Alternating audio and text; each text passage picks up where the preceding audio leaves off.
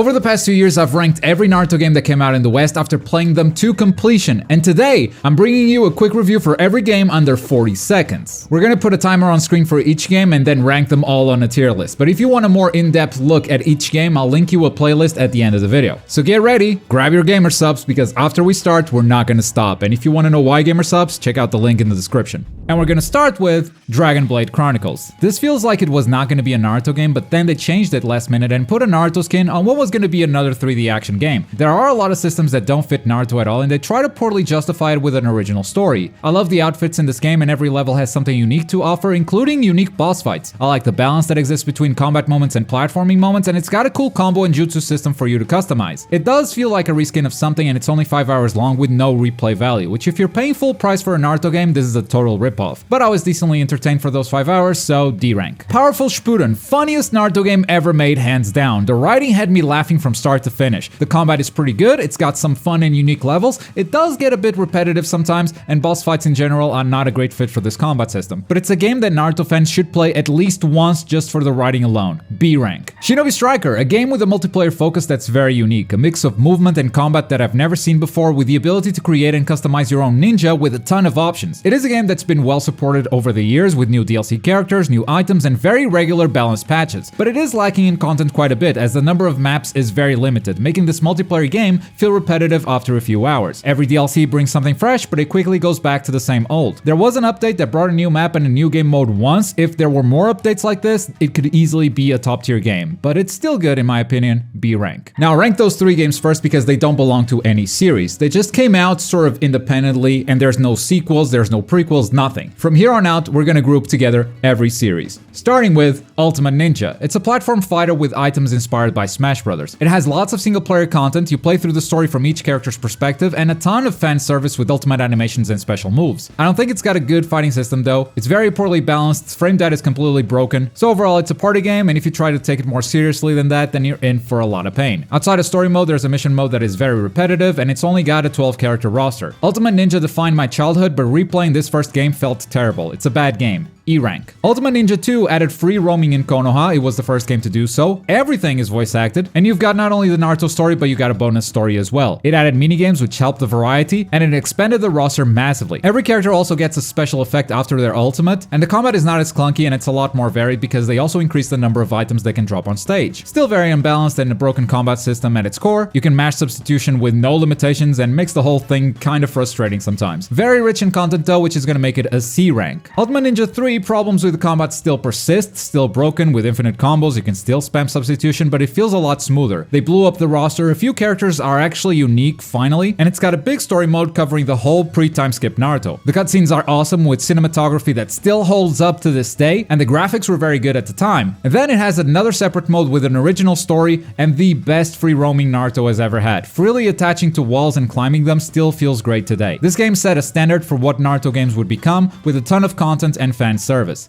B rank. Ultimate Ninja 4 merged the free roaming with story mode, making this one of the best story modes we've ever had. The free roaming was awesome with a ton of movement abilities and even some platforming challenges to tackle. The game's cutscenes are really top notch, the graphics were awesome for the time, and this game added a ton of unique characters. That said, it will always feel like an incomplete game to me as it stops in the middle of the first Shippuden arc, and the battle system is overall still mashy and unbalanced. B rank, right above Ultimate Ninja 3. Ultimate Ninja 5, this was the complete game that Ultimate Ninja 4 wasn't. A lot of the free roaming was kept, they expanded on the world, expanded even further in the roster, so even with the combat system remaining largely unchanged, this could easily be the best Ultimate Ninja out there, and should rank above all the previous ones, but the only version available in English is the European version, which runs at 50 FPS, and that should be fine if CyberConnect 2 didn't completely fumble the port, and made the whole game feel like it was running in slow motion, so even though it's a complete package, it feels really bad to play. D rank when it could have easily been a B, but hey, if you understand Japanese, I highly recommend the Japanese version of this. Moving on to another series, Path of the Ninja. This is a turn-based RPG that follows the start of the Naruto story and tells it in such a detail that I couldn't help but grow fond of it in some way. The battle system is fun, the dialogue is funny, but it does suffer from some outdated RPG systems. Some levels are really bad design-wise, and it's a game with no checkpoints, so you gotta remember to save often or just lose a lot of progress, which I did. Big surprise how much I liked this game, even though it looks like it was made on RPG Maker. D rank. Path of the Ninja 2 now tells an original story, which is fine, but it is a bit of a predictable story. The battle system received many improvements. You can play play with a lot more characters now and they all have unique abilities. Building a team actually matters a lot in this game. During battle, attacks and skills have dynamic animations and effects, and overall this game has a lot more content. That said, some outdated RPG systems are still in place, and exploration is super annoying in this game as they have you open menus to overcome some small obstacles, a massive downgrade over the first game. It is a slightly better package overall though, so D rank right above the original. Moving on to Ultimate Ninja Heroes. Heroes is the Ultimate Ninja series but on the PSP. This one is pretty much Ultimate Ninja 2, but without the amount of content that it had. So it has the mashy combat system, but none of the content that made it good. The best thing about this is that you can pick 3 characters to beat its arcade mode, and there are some hidden 3-character teams for you to discover, and it kind of feels awesome when you do discover them. I also like what they did with ultimate attacks and victory screens. Despite the platform's limitations, CC2 really outdid themselves. It's super repetitive though. E rank. Ultimate Ninja Heroes 2 The Phantom Fortress is still a light Ultimate Ninja, but this time there's a story. It's an original story and somewhat decent, and it's also fully voiced. There are a lot of visual novel style scenes, but also a few CG cutscenes which might be the best looking CG I've ever seen on a PSP. Progressing through story is also done with a fun concept. You move through this board and each square has a different encounter which can be a battle or a minigame, but you kind of choose what you want to do with the scrolls that you have available. It still becomes repetitive, there's not enough minigames to fill out this entire story. Still, massive improvement over the first Heroes, D rank. Ultimate Ninja Heroes 3, you still move through the boards in story mode. It follows the Shippuden story, but it tells some original stories as well. They removed the minigames, so getting through these boards is a lot more repetitive, even if they added these side-scrolling levels. They're fun at first, but they get old really fast. Like previous Ultimate Ninjas, it's got gorgeous ultimates, unique awakenings for each character, and a big roster. But the combat itself is much worse than before, as they tried to make it work as a co-op game, so a lot of the attacks just whiff or go the wrong way for no reason.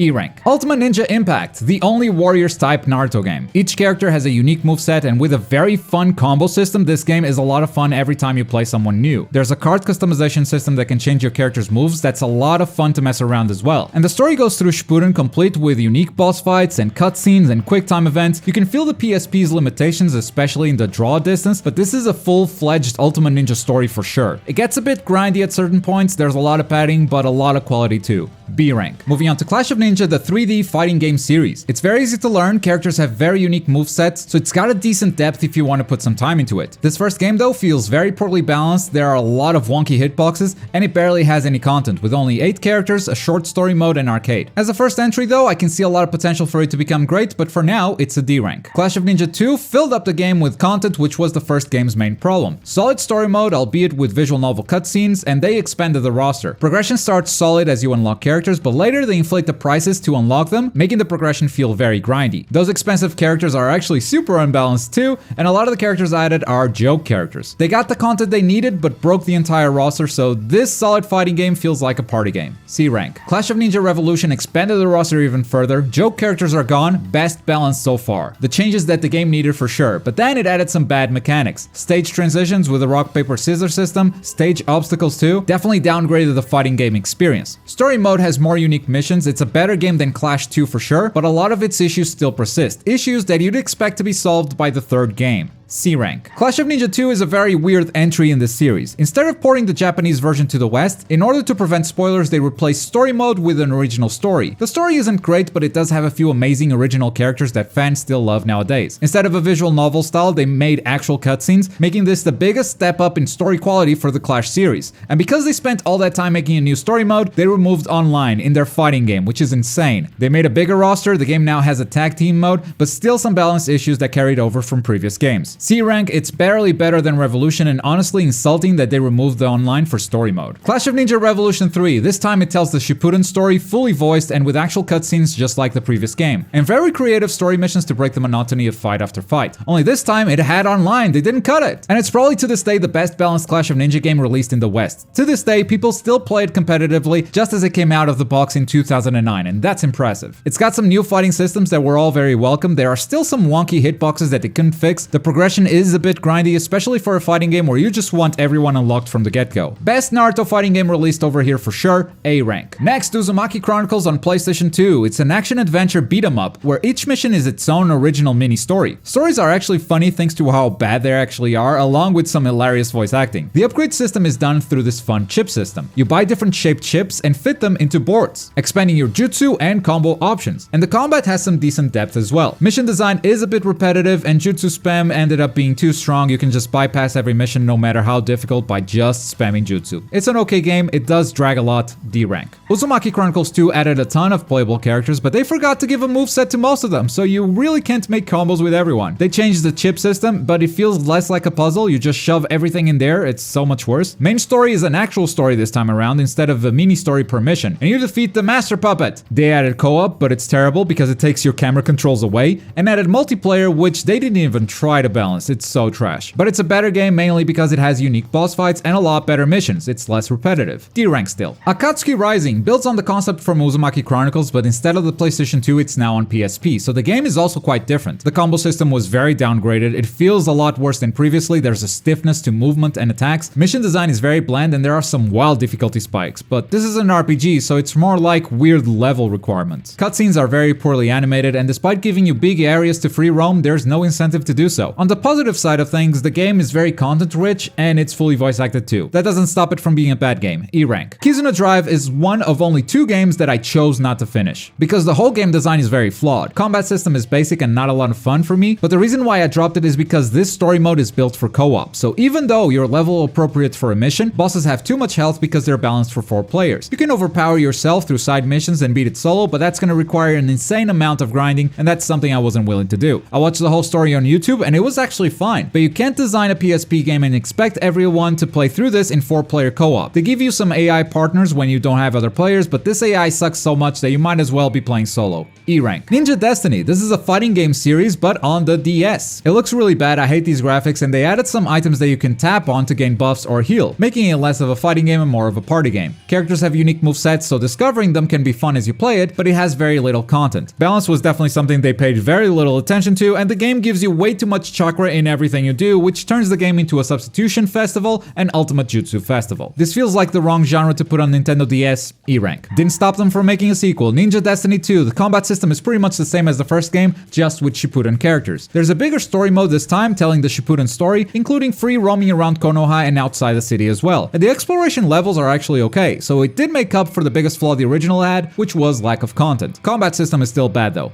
E rank. And Ninja Destiny 2 was actually 2 games. The previous one was the North American version. In Europe, they released the same game, but with pre-time skip characters. And instead of Shippuden, they tell an original story. It's a pretty bad one. The game also had less characters, which means that even though it's pretty much the same game as the North American version, we have to rank it below since the content is worse. E rank. Next, the Ubisoft games, Rise of a Ninja. It's an action-adventure with free roaming and RPG systems. It retells the Naruto story like no other game does, with unique gameplay moments crafted for what each scene requires, including the original soundtrack and some original anime cutscenes. Great graphics, one of the best Konoha we've ever seen in Naruto games, and the combat has a nice variety and freedom of combos. It has multiplayer, but its combat doesn't really feel designed for it, and it's also a substitution fest, so multiplayer is definitely not the focus. While exploring, movement doesn't feel that great, makes platforming sections feel bad, and it has some filler missions, and it's really bad filler. Multiplayer really feels like an afterthought. This feels like a complete game with single player story alone, so B rank. Broken Bond. Even though this game improved the multiplayer, I still don't think the combat system is great for that. It still shines as a single player game first. And even though they added a lot of playable characters with unique skills to explore, a lot of these were just used for the most boring missions imaginable. Whenever this game is retelling the Naruto story, it's one of the best games to ever do it. Problem is, this game has more filler than Naruto story, which makes most of it an absolute pain to play through. Still, when it does things right, it's one of the best at doing it, so B rank. Ready for the most painful series yet? It's time for Ninja Council. This is a side-scrolling brawler, and its levels actually have multiple paths with collectibles that give you a reason to explore because they unlock a bonus character. Each boss fight in this game is very unique, they're awesome. It is a very simple game and combat can get repetitive outside of boss fights. Enemies pop up right in front of you feeling unfair. Every time you turn around, the camera is super jarring, and it has very low enemy variety. You kill so many birds and snakes in this game. You can tell it's a budget game, but the boss fights definitely show potential. E rank. For Ninja Council 2, please play Composition 12 while I talk about this game, please. Thank you. You can now swap characters on the fly, each one has a different jutsu, but they all still sort of feel the same. Every good thing the previous game had was thrown away. Levels are now straightforward and boring with no incentive to explore. Boss fights aren't unique anymore. This game just feels like it had no idea why the first one had potential and just became worse. F rank. And we can stop Composition 12 now. Ninja Council 3, the game that broke me. It's the other game that I refuse to finish in the ranking. They give you a lot more characters, but everyone still plays the same, so not a lot of value there, and that takes away from the feeling of progression too. All of these levels are bad. Instead of side-scrollers, they're now in a box, and the goals are to collect random scrolls or defeat a number of enemies. The absolute worst filler missions you can think of, and play through a game that just never felt good. Worst Naruto game of all time, F rank. Ninja Council 2 European version. Despite the confusing title, this is in fact the game that came out after Ninja Council 3, and it's so much better. We're back to side-scrolling levels, the design is a lot more open, doesn't feel as linear, there's space to explore, even if there isn't a lot of incentive to do so. We also got the unique boss fights back, including the hardest boss fight in any Naruto game, that Orochimaru with Kabuto healing him, absolutely unfair and frustrating. But best Ninja Council so far, D rank. Ninja Council 4, for the first time characters actually play differently from each other, and it's a good Ninja Council with good maps and a ton of different paths, though once again, no reason to explore them as it's like in collectibles or unlockables. And they added an uppercut move to every character, which is a godsend for dealing with flying enemies. The game did lose unique boss fights and a lot of their movesets are just repeats from other bosses, so I'll still give it a D rank, but it's definitely below Ninja Council 2 European. Naruto vs Sasuke, dropped the Ninja Council game, but it is still a Ninja Council. Not a lot of improvements over the last game, the level design is somehow much worse. The big new thing is your ability to switch characters on the fly, and some character combinations have combo jutsu. They finally added some collectibles and unlockables, encouraging exploration, which was something the previous two games could have used, but the characters went back to kind of playing the same as each other, repetitive stages, repetitive boss fights, bad level design, definitely a step down, E rank. Shinobi Rumble was a major switch in genre. It's now a platform fighter and a really good one at that. Probably the most underrated Naruto game in this list. I absolutely love this combat system. Every character has a unique moveset, and considering the movesets, it's got a decent sized roster. For a fighting game though, it's missing a practice mode. It feels sort of unbalanced, but it's hard to say because playing multiplayer on a DS is a nightmare, and it's a bit short on offline content. But if I could choose a Naruto game to be completely remade, I'd probably choose Shinobi Rumble. C rank. 3D The New Era went back to side-scrolling, updated the graphics for the 3DS, and made one of the worst Ninja Councils. It just plays terrible. The worst combat that Ninja Council has had so far, and that's saying a lot. Combat does get better over time because a lot of your basic abilities are locked behind talents, which gives the game a meaningful progression, but at the cost of the game really not being fun at the start. Movement feels bad, story is awful, its saving grace is boss fights. They made a bunch of unique movesets for bosses. Not all of them are fun, but hey, at least they tried. Top of F rank. And the last series we have left is Ultimate Ninja Storm, the game that popularized the anime game arena fighter genre. This is the only Storm that lets you free roam, but there's not a lot to do in the village. Story is told through text, there's no mission variety except for 3 boss fights that all play the same. The game didn't have online, so outside of story mode, you can only play local versus. And this game felt very stiff. It wasn't until later that the combat system got smooth. Not to mention, coming from Ultimate Ninja, it was still a substitution festival. Still, it's a gorgeous game, its flashy combat is very pleasing on the eyes, and the animation work behind Ultimates is still awesome. C rank. Storm 2, from a game that had no story mode to one of the best story modes ever made. Full of awesome cutscenes, boss fights, and unique gameplay moments. Also free roaming between different villages with a fixed camera angle, so not the full 3D like the first Storm. But still very cool to understand the scale of this world. Massive combat improvements made the combat feel a lot less stiff, and they added online. But the online was bad. It's a netcode that breaks very easily, and the combat is still very mashy. B rank. Storm Generations was mostly a combat overhaul, with a lot of good changes that would benefit the rest of the series. The biggest one being the addition of a substitution gauge, which made the combat system a lot less mashy. They also gave players more combo options, more movement options. Generations was the biggest step forward for this combat system, but the game lacks a proper story mode, so as an overall package, it feels incomplete, and the netcode is still bad. C rank. Storm 3 was the game that benefited the most from the work done in previous games. It has a Storm 2 style story mode with Generation style combat. It added a few new combat systems on top of it, making it feel like the best Naruto game that we had up to that point. The netcode was still awesome, but outside of the online, this game is perfection. A rank. Storm Revolution is the weirdest sequel in the series. They split each character's moveset into 3 different character types, so no one could throw ultimate attacks and awaken, for example. They had to choose, and everyone hated this. They added a Ninja World Tournament mode where you beat opponents to collect orbs, and it was an offline only mode that just sucked so much. There's another story mode focused around Mecha Naruto, which is an awesome character, but the story itself is bad. The only redeeming things this game had were combo ultimates when you picked specific teams, and the ninja escapades, which gave us some new original anime scenes. Very misguided sequel, C rank. Finally, Storm 4. The game added team switching, so you didn't pick a character with 2 assists, you could pick 3 characters and swap between them. They upgraded visuals and improved story gameplay even further. So much of this story is unique moment after unique moment, but it did come at the cost of free roaming. Instead, free roaming was changed to a different mode called Adventure Mode, where the story and missions suck. And let's not forget the netcode is still bad. Still, I'm a big fan of team switching and this game's story mode, so A rank above Storm 3 for me personally, but it's very close. I completely understand if you prefer the third Third Storm. And that's every single Naruto game reviewed in a record amount of time. And honestly, guys, I think this is it. This is the final ranking Naruto video that I'm making. Until they release something new, if that ever happens. Thank you all for coming along with me on this 2-year journey, and stick around because we've got some new ideas for future rankings and you probably don't want to miss those. Here's that playlist in case you want a more in-depth look at these games, and as always, thank you very much for watching. My name is Globku and I'll see you next time. Bye!